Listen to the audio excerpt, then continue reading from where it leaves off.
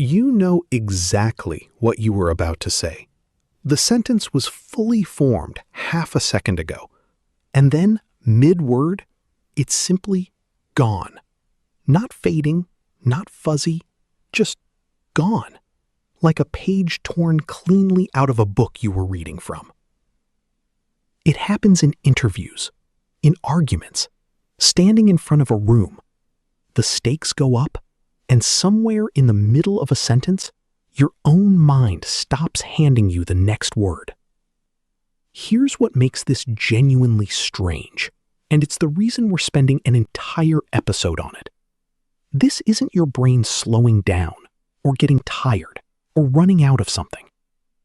Neuroscientists who study this have a specific, almost mechanical way of describing what's actually happening. They call it a network taken offline. Not damaged, not broken, deliberately, temporarily disconnected, by design. And once you see what your brain is switching to instead, the blank mid-sentence stops looking like a failure and starts looking like exactly what it is. A very old system doing precisely what it evolved to do, at precisely the wrong moment. The part of your brain responsible for the sentence you were building, for holding a thought together, choosing the next word, tracking where you are in an argument, is your prefrontal cortex, sitting just behind your forehead. Among its many jobs, it maintains something researchers call working memory, a kind of mental scratchpad, holding a small handful of things active in your mind at once, long enough to use them. A sentence you're speaking lives there while you're building it. So does the thread of an argument you're following. So does the specific word you're 1 second away from saying. Piece 1. The moment your brain registers something as stressful, a hard question, a raised voice, a room full of eyes, your body doesn't wait. It releases a fast surge of 2 chemical messengers, norepinephrine and dopamine. And unlike many stress hormones, this particular signal doesn't need minutes or hours to take effect. It acts within seconds, hitting receptors directly on the neurons of your prefrontal cortex almost immediately. Under calm, moderately alert conditions, these same chemicals are actually helpful. They're part of what makes you sharp, focused, quick. There's a well-known relationship in psychology, sometimes called the Yerkes-Dodson law, describing how a little arousal improves performance, up to a point. Piece 2. Past that point, the relationship flips.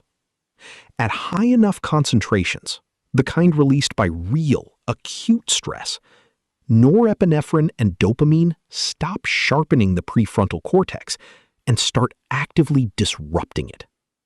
Neurons that were firing in careful, coordinated patterns lose that coordination almost immediately.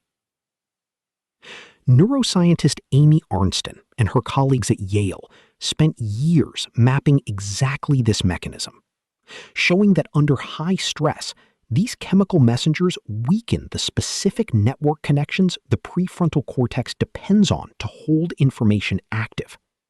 The very connections your mental scratchpad needs to keep a sentence, a word, an argument intact while you're using it. Piece 3. This is why the sentence doesn't fade gradually. The network holding it together destabilizes essentially all at once. One moment, the scratchpad has your next word on it. The next, mid-sentence, the scratchpad has been wiped. Not because you forgot, but because the exact neural circuit responsible for holding it there just lost its grip. Which raises an obvious question. Why would a brain be built this way? Why would stress, of all moments, actively sabotage the very system responsible for careful, flexible thinking? The answer is the actual reveal of this whole story, and it has nothing to do with malfunction. It has to do with what your brain is switching toward, not just what it's switching away from. As the prefrontal cortex's careful, deliberate network loses influence, control doesn't simply vanish. It shifts toward older, faster, more reflexive circuits. The amygdala, driving rapid threat response, and habit-based circuits in the basal ganglia, capable of executing well-practiced automatic actions without needing conscious thought to guide them. Piece 4. Researchers describe this as a shift from a reflective brain system to a reflexive one. In a genuine physical emergency, this trade is an excellent one.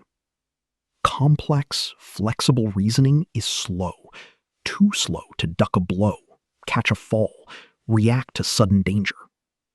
A faster, more automatic system, even a less thoughtful one, keeps you alive when speed matters more than nuance. The problem is that a job interview, a difficult conversation, or an audience of people watching you speak triggers exactly the same switch, even though none of those situations require a fast physical reflex at all. What they actually require is the careful, flexible, word-by-word thinking that the prefrontal cortex handles best, and that stress just took offline. Your brain isn't failing the moment. It's running the wrong program for it. A program built across an extremely long evolutionary timescale for physical danger, misapplied to a purely social or intellectual one. This is also, notably, fast and reversible in a way that matters.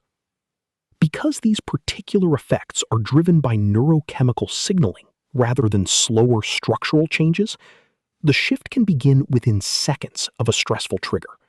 And, just as importantly, it tends to reverse fairly quickly once the perceived threat passes.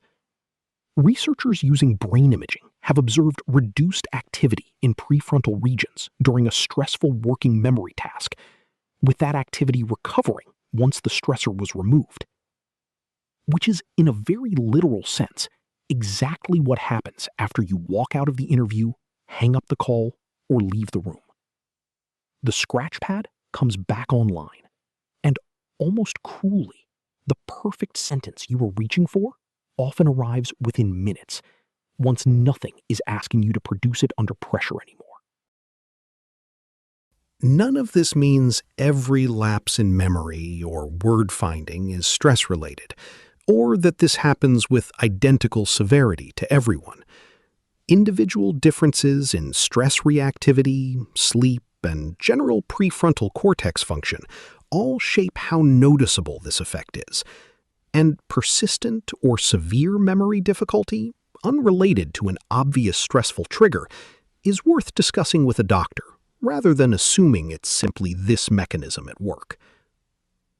But for the ordinary version, the mid-sentence blank that arrives specifically under pressure and lifts specifically once the pressure lifts, the evidence points clearly toward a temporary, reversible handoff between two very different brain systems, not a failure of either one.